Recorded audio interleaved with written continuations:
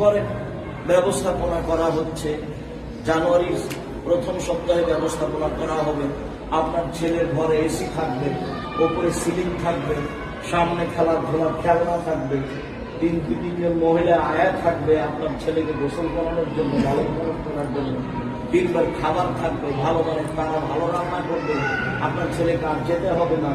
আরো কিছু যত্ন করা লাগে, পেশাব না, পায়খানা না, কাপড় কি করা লাগে, যা করা লাগে তাই করার জন্য লোক নির্ধারণ করা হবে। পড়ার বাচ্চাকে সবে এমআরের কাছে খবর নেন, ওইদিকে বাচ্চা নেওয়া হবে নোরানি। আপনার পথে স্বাদ আপনি মিটান, সেটা আমি তো আর চাইনি। আপনি চাচ্ছেন, আপনার চাপে আমি এটা বাধ্য হয়েছি। পাশে আপনার ছেলেকে কেন একটা ঘরে স্কুল করতে হলো, সেখানে আপনাকে ছেলে কেন পাঠাতে হলো? এত বড় প্রতিষ্ঠান আপনাকে ভালো লাগলো না? দেশ বিদেশ থেকে পড়ে আসার শিক্ষক আপনাকে ভালো লাগলো না? আব্দুল আলিম বাহির থেকে পড়ে এসেছে, সেটা ভালো লাগলো না? ওই ওয়াহিদুজ্জামান বাহির থেকে পড়ে এসেছে, সেটা ভালো লাগলো না?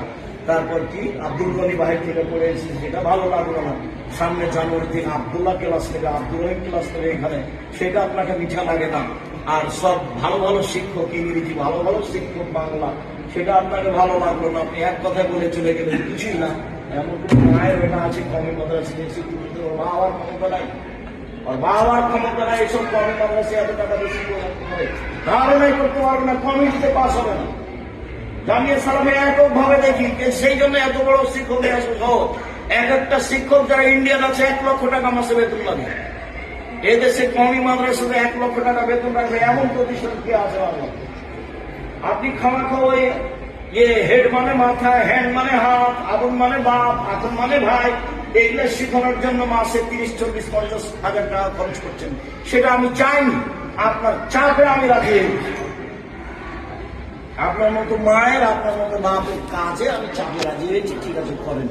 ওদিকে ব্যবস্থা করা হচ্ছে, কি কি লাগবে আপনার ছেলেকে। আমি বলেছি ইমরানকে, দেখো তো বাপ মা কি কি চায়, যা যা চাই দাও। খাদেম দাও, মহিলা খাদেম দাও, একজন শিক্ষক দেখার জন্য দাও, ভালো ভালো শিক্ষক দাও, খাবার দাও 3 বার, তারপরে আবার নাস্তা দাও 2 বার, খেলতে দাও, এসি দিয়ে দাও, পরিবহনের গাড়ি দিয়ে দাও।